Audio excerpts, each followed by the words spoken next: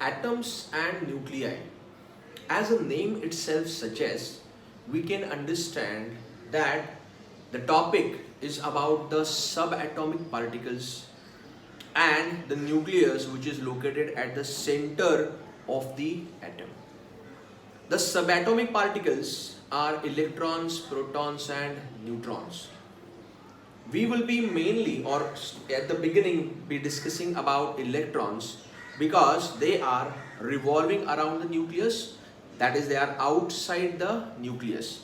In the second part of the chapter, we'll be discussing about protons and neutrons, which are together called as nucleons because they are also present in the nucleus. They are present in the nucleus collectively. तो उनके total number को हम लोग nucleons या फिर as you know it as mass number ऐसा हम लोग बोलते हैं. We begin with Niels Bohr's theory, which is a Nobel Prize winning theory because it deals with the practicality, the natural thing which is about the atom. Until then, until Bohr's theory, it was believed that electrons are revolving around a centrally located something which is called as nucleus. But these electrons were considered to be revolving with a continuous loss or continuous emission of energy. The classical electromagnetic theory believes that. And until Niels Bohr's theory, most of the scientists took the help of this and put forward their theories. तो इन सभी theories में common part क्या था कि electron is revolving around the centrally located positively charged nucleus. But ये electron जो ऐसा घूमता है, which we know now is in a stable circular orbit. Earlier it was believed that this electron loses energy, therefore the orbit doesn't remain circular. In fact, it follows a reducing radius का circle, that is a spiral path, and finally jumps into the nucleus. But ऐसा होना possible नहीं है, क्योंकि अगर ऐसा हो रहा है तो इलेक्ट्रॉन धीरे धीरे, सारे इलेक्ट्रॉन्स रादर धीरे धीरे उस न्यूक्लियस में जंप कर जाएंगे. That means the existence of that matter only is questioned now. क्योंकि existence ही खत्म हो जाएगा, धीरे धीरे वो पूरा जो matter है along with its electron are present in the nucleus. ऐसा थोड़ी होता है कोई matter, कोई object suddenly एक ऐसा point nucleus जैसा बन जाता है. जी नहीं, ऐसा नहीं होता है. That is where Niels Bohr thought over it, discarded this classical theory and put forward a new theory which is very much practical, according to which electron is revolving around the centrally located positively charged nucleus in a stable circular orbit with a constant linear speed. मतलब उसका motion कौन सा हो गया? Uniform circular motion हो गया. So first postulate he established और he put forward that electron का जो orbit है वो circle है, proper spiral नहीं है. मतलब वो energy का emission continuously नहीं करता है. So electron doesn't radiate energy as long as it is in a circular orbit. अच्छा, which all circular orbits it can revolve, or if it is in a particular number of circular orbit, then its angular momentum is given by a particular value. We call it as a quantization of angular momentum. Quantization means orbit wise it will be different, और orbit wise it will be increasing. जैसा जैसा orbit का radius बढ़ते जाएगा, बड़े बड़े orbit में electron revolve होते जाएगा, वैसे वैसे angular momentum बढ़ते जाएगा. But ये सब जब भी हो रहा है, electron is revolving in the circular orbit with the increased angular momenta, अभी भी उसका radius तो बढ़ रहा है, लेकिन उसका energy loss नहीं हो रहा है. मतलब अगर इलेक्ट्रॉन एक सर्कुलर ऑर्बिट में घूम रहा है तो उसका एनर्जी लॉस नहीं होता है, इनफैक्ट वो कांस्टेंट रहता है. उसको एक सर्कुलर ऑर्बिट में कौन कौन सा एनर्जी होता है? काइनेटिक होता है और पोटेंशियल एनर्जी होता है. दोनों को ऐड करेंगे तो टोटल एनर्जी हम लोग बोलते हैं. So electron has got this kinetic and potential energy, together it's a total mechanical energy of that electron in one circular orbit, which is a constant. So in first two postulates Niels Bohr stated that electron is revolving in a circular orbit with a constant linear speed, and that is without radiating energy with a characteristic angular momenta. मतलब orbit wise angular momentum का value बढ़ते जाएगा, अलग अलग रहेगा।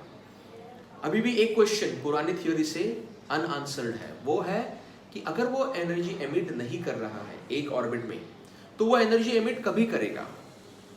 That is where the third postulate of Niels Bohr came into existence, and it says electron can emit, does emit energy when it jumps from higher level to lower level, मतलब higher energy level, higher number of orbit to the lower number of orbit. That is Niels Bohr's third postulate, which says the transition of electron from higher level to lower level with the emission of energy, associated with the emission of energy. So this is where he overcame all the limitations of classical electromagnetic theory. अब इसके बाद हम लोग इन सभी formula को याद रखते हुए इनसे कुछ रिजल्ट्स ऑब्टेन करेंगे। 15 क्वांटिटीज के रिजल्ट्स ऑब्टेन करने हैं, 1, 5, 15 quantities and their relations with principal quantum number, that is the number of orbit in simple language. तो हम लोग को ये 15 क्वांटिटीज कैसे डिराइव करनी है, कैसे उनके फॉर्मूला आते हैं, ये देखना है। See, you need not remember this formula, क्योंकि वो फॉर्मूला याद रखने जैसे है भी नहीं।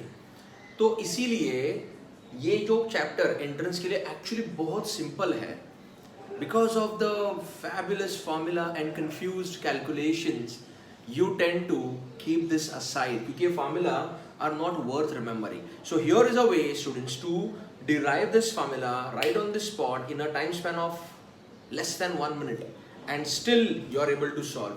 क्योंकि फॉर्मूला याद आने के बाद आपका कॉन्फिडेंस अच्छा रहेगा, लेकिन उसको जोड़ किसका लगेगा, कैलकुलेशन का। तो वो कैलकुलेशन का टेक्निक भी अपने पास यहाँ पे है। देखिए, कैलकुलेशन के लिए सबसे पहले आपने सिचुएशन याद रखना है, जो कि ये है, क्योंकि इस सिचुएशन में आपको एग्जैक्टली समझेगा कि आपको फाइंड क्या करना है, और उसमें ये कुछ कांस्टेंट टर्म्स आपको याद रखने हैं। So calculation will be the last step students. Situation ये है, electron revolving in a stable circular orbit of radius r with constant linear speed v, electron का charge e, mass m, and it is for the hydrogen atom which we are discussing. Bohr's theory is mainly for hydrogen atom. If we can know it for hydrogen atom, it becomes applicable for any other element. कैसे, उसके लिए कुछ constants आपको समझने हैं, और उससे आप दूसरे किसी भी एलिमेंट के लिए ऐसे सिमिलर फॉर्मूला डिराइव कर सकते हो। So now in this, these are the 5 constant values which you need to know. उसमें से कुछ आपको पता भी है, स्पीड ऑफ लाइट आपको पता है 3 × 10⁻⁸ मीटर पर second, charge of electron you know, probably permittivity का वैल्यू भी आपने बहुत बार पढ़ा है इलेक्ट्रोस्टैटिक्स में, 8.85 10⁻12, Planck's constant, dual nature of matter 6.63 10⁻34 joule second, and mass of electron 9.1 10⁻31। ये 5 वैल्यूज। इनके अलावा आपको 2 और कांस्टेंट्स याद रखने हैं। एक तो ये h का ही वैल्यू है, देखो ये जो वैल्यू है ये जूल सेकेंड में, आपको इसको कन्वर्ट करना है इलेक्ट्रॉन वोल्ट सेकेंड में, तो इसको डिवाइड करेंगे 1.6 × 10⁻19 से। h के इस वैल्यू को 1.6 10⁻19 से डिवाइड करो तो आपको ये आंसर मिलेगा। अभी आपको डायरेक्टली ये वैल्यू याद रखना है, because most of the times सब atomic energies are of electron volt level, तो इसलिए आपको h का ये वैल्यू लेना पड़ेगा। दूसरा h × c, ये जो प्रोडक्ट है, जैसे ड्यूअल नेचर ऑफ रेडिएशन में भी मैंने आपको बोला था, तो hc ये प्रोडक्ट 12420 12420 इलेक्ट्रॉन वोल्ट एंगस्ट्रॉम इतना लेना होता है, again in electron volt. So hc का ये वैल्यू, h का ये वैल्यू, ये 5 वैल्यूज ये आपको याद ही रखना है। इसके अलावा और एक कांस्टेंट इस चैप्टर में आप सीखोगे, व्हिच इज रिडबर्ग्स कांस्टेंट, जिसका वैल्यू होता है 1.097 × 10⁻7 मीटर इनवर्स। ये रिडबर्ग कांस्टेंट का वैल्यू। एक्चुअली रिडबर्ग कांस्टेंट का फार्मूला ये होता है students, Z²R, where Z is the atomic number of protons in the nucleus of an element. But हम लोग सीख रहे हैं हाइड्रोजन, तो इसलिए हाइड्रोजन के न्यूक्लियस के अंदर जो नंबर ऑफ प्रोटॉन होता है वो है 1, तो Z is 1, so 1² is 1। इसलिए R जब भी ये वैल्यू के साथ आएगा तो आपको समझना है कि हाइड्रोजन इसी एलिमेंट का बात वहाँ पे हो रहा है। और मोस्ट ऑफ द टाइम्स आपको ये सारे कैलकुलेशंस जो फॉर्मूला है ये हाइड्रोजन के लिए ही दिए जाते हैं, unless mention in the question. So So this is Z square R, R for hydrogen, HCH and these other constant which will help you a lot in your calculations. अच्छा calculation में अपने को suitably ये use भी करना है, जैसे sometimes we take this m as 9, अगर रूट में कैलकुलेशन है 9.1 की जगह पे 9 लेके राउंड ऑफ माने 3 आ जाएगा आपका स्क्वायर रूट के बाहर। h का वैल्यू ये है, इसको आप राउंड ऑफ करके 7 ले सकते हो, बट सूटेबली आपको ये वैल्यू लेना है। एप्सिलॉन नॉट का वैल्यू भी आप 9 राउंड ऑफ कर सकते हो। तो कैलकुलेशन के लिए आपको ये टेक्निक से 1.6 इसको आप 16 करके भी सॉल्व कर सकते हो अगर वो रूट में कहीं पे आता है, ताकि 16 का रूट फिर 4 निकले, 10 का पावर भी एडजस्ट हो जाएगा, 10 का पावर -20 हो जाएगा ना फिर यहाँ पे। और रूट के अंदर अगर ये वैल्यू आप यूज कर रहे हो स्क्वायर रूट के अंदर, तो 10⁻⁻20 का स्क्वायर रूट लेना आसान हो जाएगा। See these are the calculation techniques and whatever I am saying each word is a value for you. जो मैं कैलकुलेशन टेक्निक्स आपको बता रहा हूँ, किसको राउंड ऑफ करना है, कौन सी सिचुएशन में कैसा राउंड ऑफ करना है, वो अच्छी तरीके से नोट कर लो, आपके रिकॉर्ड्स में वो होना चाहिए। इसके अलावा ये वैल्यूज है जनरली, ये Hc और H ये इलेक्ट्रॉन वोल्ट के टर्म्स में अपने को लगेगा, उस टाइम पे ये लेना है। अगर जूल्स में ही लग रहा है तो ऐसे लेंगे। अच्छा Hc का वैल्यू जूल में चाहिए तो आप H और C इनका ये जो प्रोडक्ट है 6.63 into 3 का, तो ये करीबन 20 आता है, 19.89 एग्जैक्टली। तो 20 इंटू फिर 10⁻⁻26 ये आपका आंसर आएगा इसका Hc का। जूल मीटर में आएगा, एंगस्ट्रॉम में नहीं आएगा, मीटर में आएगा। So depending on the situation you have to use this value. जो भी वैल्यूज मैं बता रहा हूँ एक पेज पे एक जगह पे लिख के रखो as a part of your synopsis, because calculation, confused calculations जिसको मैंने नाम दिया है, वो इसी वजह से होता है कि आपके माइंड में ये क्लियर नहीं होता है कि कौन सा वैल्यू कभी किस तरीके से यूज करो। So this is the way, these are some of the constant numbers which you have to deal in the calculations of this chapter, the first part of this chapter rather. Then there are 3 postulates. इन 3 postulates का formula तो आपको वैसे पता ही है। जैसे मैंने बोला कि पहला postulate बोलता है कि सर्कुलर मोशन, सर्कुलर मोशन है तो कौन सा फोर्स लगेगा, पक्का सेंट्रीपिटल फोर्स। सेंट्रीपिटल फोर्स हमेशा एक रियल फोर्स होता है। तो रियल फोर्स मतलब क्या, जैसे कि gravitational force, frictional force, electrostatic force, Coulomb's force.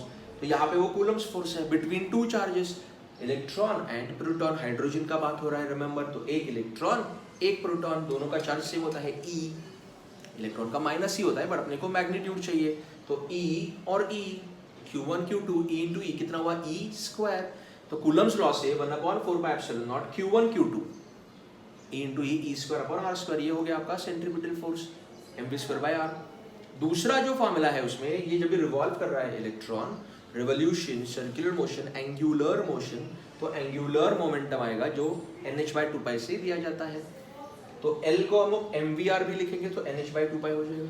तो सूटेबली आपको ये यूज करना है, L की जगह पे mvr डाल के ये आ सकता है। अच्छा, ये दोनों जो पोस्टुलेट्स है they are dealing with revolution of electron in one orbit without radiating any energy. जब ये एक ऑर्बिट में है, घूम रहा है, दूसरे ऑर्बिट में जंप नहीं कर रहा है, नो ट्रांजिशन, तभी उसका एनर्जी कांस्टेंट है। It is a non radiating orbit. ऐसे ऑर्बिट को हम लोग बोलते हैं non radiating orbit, Bohr's orbit, Niels Bohr का थियरी है। स्टेबल ऑर्बिट, स्टेशनरी ऑर्बिट, क्योंकि वहां पे इलेक्ट्रॉन का जो एनर्जी है वो कांस्टेंट है, तो स्टेबल, स्टेशनरी, बोहर, क्वांटाइज्ड भी नाम है इसको, quantized orbit. So these are the names to this non radiating. Non radiating मतलब क्या, कि एनर्जी रेडिएट माने बाहर नहीं दे रहा है, ऐसा orbit. So these different names also you should note down what ever I have said. तो एक ऑर्बिट को ये अलग अलग नाम होते हैं, परमिसिबल ऑर्बिट भी बोलते हैं उसको, और परमिटेड ऑर्बिट, ऐसे 6-7 नाम है ये एक ही ऑर्बिट को जिसमें इलेक्ट्रॉन घूम रहा है। लेकिन फिर इलेक्ट्रॉन एनर्जी गिव आउट कभी करेगा, कभी इलेक्ट्रॉन एमिट करेगा एनर्जी को, तो उसका कंडीशन है transition, when electron jumps from higher energy level to lower energy level, that is En और Ep। En is higher energy level, Ep is lower energy level. देखो ये N और P क्या है, ये नंबर ऑफ ऑर्बिट है। जैसे electron अगर 5th लेवल से 2nd लेवल पे जंप कर रहा है 5 to 2, तो 5 to 2 में उसका एनर्जी तो कम हुआ, E5 में एनर्जी ज्यादा था, E2 का एनर्जी कम है, तो E5 माइनस E2 इतना उसका एनर्जी का लॉस हुआ। तो ये एनर्जी किसके फॉर्म में गया, ये एनर्जी जो ट्रांजिशन में डिफर कर रहा है, ये बाहर जाएगा एक फोटोन के फॉर्म में, and that is hν, hc/λ। Now this is also the working principle of LED, that is light emitting diode. जहाँ पे भी जिस डिवाइसेस में, जिन लाइट्स में, जिन with the help of diode light emit किया जाता है, उसमें ये वर्किंग प्रिंसिपल हम लोग यूज करते हैं। When electron jumps from higher level to lower level, it gives out energy in the form of a photon, and that photon का energy is h nu hc by lambda. तो ये तीन postulates हो गया। पहले दोनों में कांस्टेंट एनर्जी का बात होता है, तीसरे में एनर्जी के डिफरेंस का बात होता है, एनर्जी के लॉस का बात होता है, एनर्जी के एमिशन का बात होता है, but that is only under the condition of transition. अभी इन तीनों फॉर्मूला को आपने बराबर दिमाग में याद रखना है, और इनके हेल्प से हम लोग को वो 15 फॉर्मूला आएंगे। आपको एक्चुअली 15 के 15 याद रखने का जरूरत नहीं है। See, it is such a nice and a smart way of getting this. If you could remember 1 or 2 formula, that's a bonus. But अगर नहीं भी याद रखते हो तो भी कोई प्रॉब्लम नहीं है। ये 3 फॉर्मूला अच्छी तरह दिमाग में रखो, और इन 3 फॉर्मूला में भी आप अगर ध्यान से देखो, सेंट्रीपिटल फोर्स, इसका फॉर्मूला तो आपको पता ही है, mv²/r, it is equal to this. दूसरा mvr which is equal to nh/2π, और तीसरा En - Ep is hc by lamp. ये 3 फॉर्मूला आपको याद रखना है, आपको एफर्ट्स इन तीनों पे लेना है। And now you will see the magic of these 3 formula converting into 15 more such formula which forms almost the 50% of your chapter even at the entrance level। खाली आपको ध्यान देना है कि इन सभी फॉर्मूला में नंबर ऑफ ऑर्बिट n, जिसको principal quantum number बोलते हैं, उसके साथ रिलेशन क्या आता है।